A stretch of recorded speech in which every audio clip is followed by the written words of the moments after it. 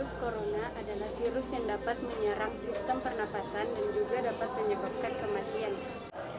Virus corona pertama kali ditemukan pada tahun 2019 di kota Wuhan, Cina. Virus ini disebabkan oleh hewan liar seperti kelelawar dan juga terenggiling. Menurut saya, sejak adanya virus corona membuat seluruh masyarakat Indonesia menjadi resah, dan juga karena banyaknya berita-berita, terutama berita hoaks yang membuat seluruh masyarakat menjadi gempar.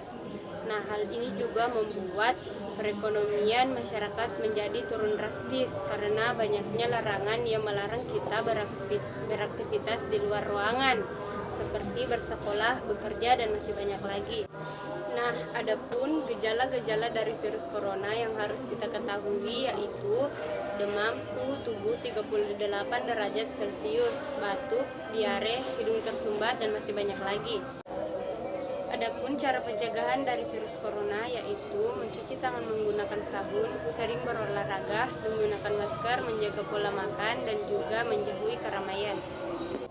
Seseorang dapat tertular virus corona apabila pertama, tidak sengaja menghirup bersin atau batuk seorang penderita, kedua, memegang area wajah tanpa mencuci tangan, ketiga, bersentuhan atau berjabat tangan dengan seorang penderita.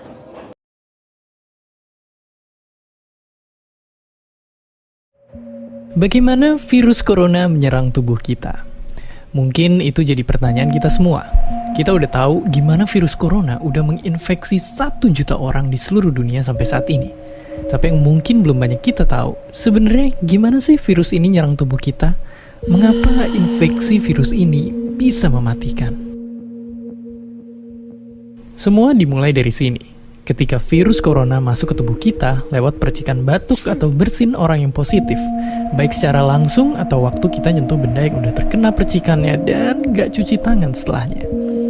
Kalau udah gitu, si virus masuk lewat saluran pernapasan dan bergerak terus menuju sasaran utamanya, paru-paru. Disinilah virus yang punya 3 bagian utama ini mulai bekerja. Pertama-tama, paku protein corona ini akan nempel di paru-paru dan organ-organ lain yang selnya kaya akan protein ini, protein ACE2. Kalau tubuh kita ibarat rumah dan virus corona itu perampok, ACE2 itu ibarat gagang pintu rumah kita. Begitu udah nempel, perlahan tapi pasti virus ini akan ngedorong masuk ke dalam sel kita. Dan begitu berhasil masuk, barulah aksi sebenarnya dimulai. Di fase ini, tubuh virus corona akan membuka dan sang hacker pun terbebas. Dia akan ngehack inti sel sehat untuk nipu sistem imun tubuh kita biar nggak nyerang virusnya. Dan sekaligus ngebuat inti sel jadi memproduksi cikal bakal virus corona baru.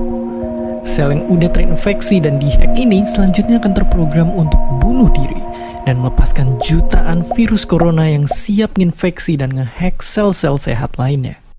Ya, awalnya mungkin kita cuma kemasukan virus corona yang jumlahnya dikit, tapi dalam hitungan hari aja udah akan ada jutaan sampai miliaran virus corona baru, bikin paru-paru kita dipenuhi oleh mereka. Tapi ternyata, mimpi buruknya ada setelah ini.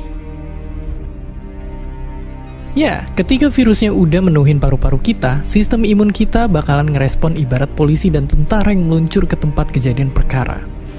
Tapi inilah yang bikin ngeri. Di sini, virus corona jadi penipu ulung yang bisa ngakalin sistem imun kita. Mereka bikin sistem imun nyerang membabi buta termasuk nyerang sel-sel sehat kita. Mereka jadi nggak tahu mana kawan, mana lawan, dan perlahan-lahan jadi senjata makan tuan. Buat sebagian besar kasus, kejadian ini emang nggak berlangsung lama. Karena kalau sistem imun kita kuat, mereka pun akan bisa menang dari segala taktik virus corona. Tapi terkadang tubuh kita sedang lemah, dan kalau udah gitu efeknya bisa parah.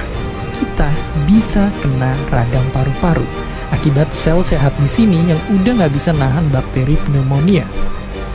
Malahan buat kasus yang kritis, bakteri ini nggak berhenti di sana. Mereka bisa masuk ke aliran darah dan akhirnya nyerang seluruh tubuh. Kalau udah begini, bernapas saja bakalan susah banget, dan hidup kita ada di tahapan yang sangat kritis.